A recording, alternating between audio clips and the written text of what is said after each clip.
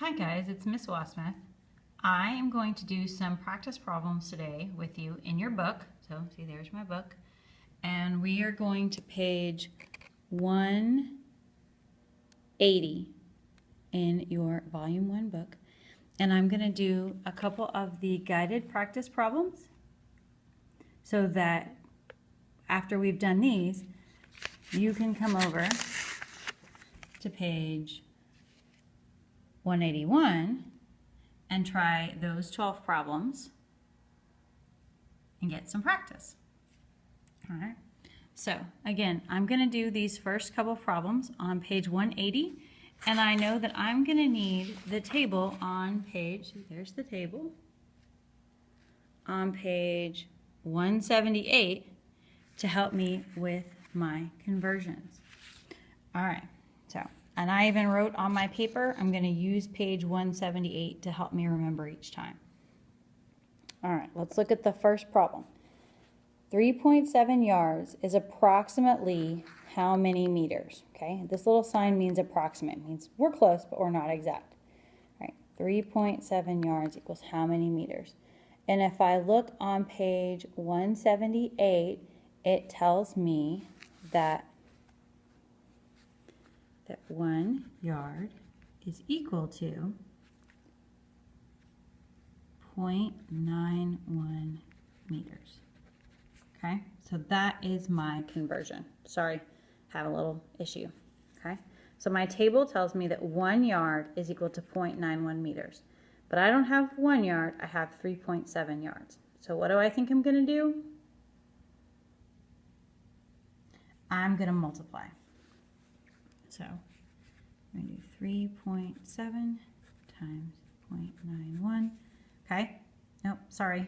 Again, having issues. Maybe I should push my thing up a little bit. I tend to go that direction. All right.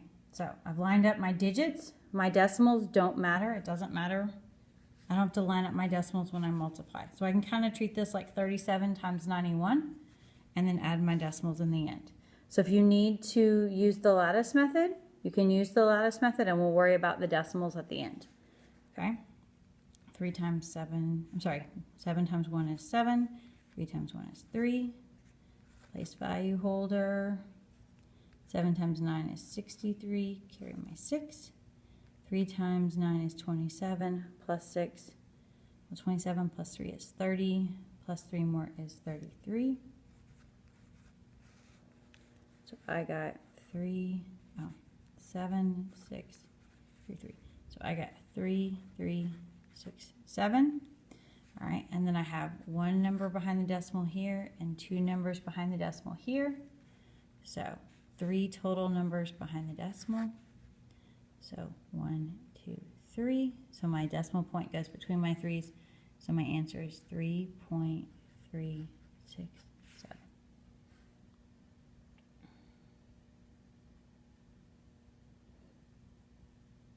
All right, let's look at the next one. 11.07 pints is approximately how many milliliters?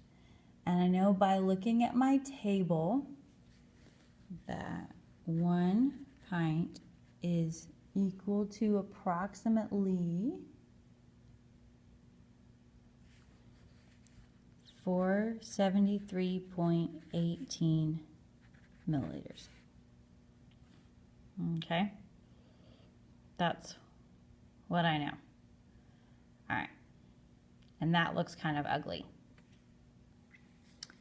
All right, so I have 1 pint is 473.18 milliliters. But I don't want 1 pint. I need 11.07 pints. So I'm going to do 473.18 times 11.07, and that's kind of ugly. So I'm going to let you use the calculators today to be able to do some of these math, since some of these numbers are kind of yucky. All right, so 73.18 times 11.07 equals 5238.1026. All right, well that seems like a lot of numbers. And if we come over here and look at our instructions, it says round to the nearest hundredth. The hundredth is this second place behind the decimal. So I only need 2 numbers behind the decimal, right? So if I look at my calculator here, 2 numbers behind the decimal, 0.102. Well, 2 is closer to 0 than it is to 10. So that 0 is going to say the same. I'm not going to round. So then my answer would be 5,238.10. All right. So now let's look at the third problem. Okay. I want to know how many kilograms is in 650 pounds. And I know that there is 0.4536 kilograms in 1 pound. So what am I going to do? Let's pause the video and see if you guys can do this on your own. All right, so now let's check. So 1 pound is 0.4536 kilograms. So if I multiply 650 times 0.4536, I should get my answer. So let's look. 650 times 0.4536 equals 294.84. And it only has 2 numbers behind the decimal, so all I need to do is copy that down. So that was 294.84. All right, so there are 3 examples. That should give you enough to get started. Again, you can use the calculators.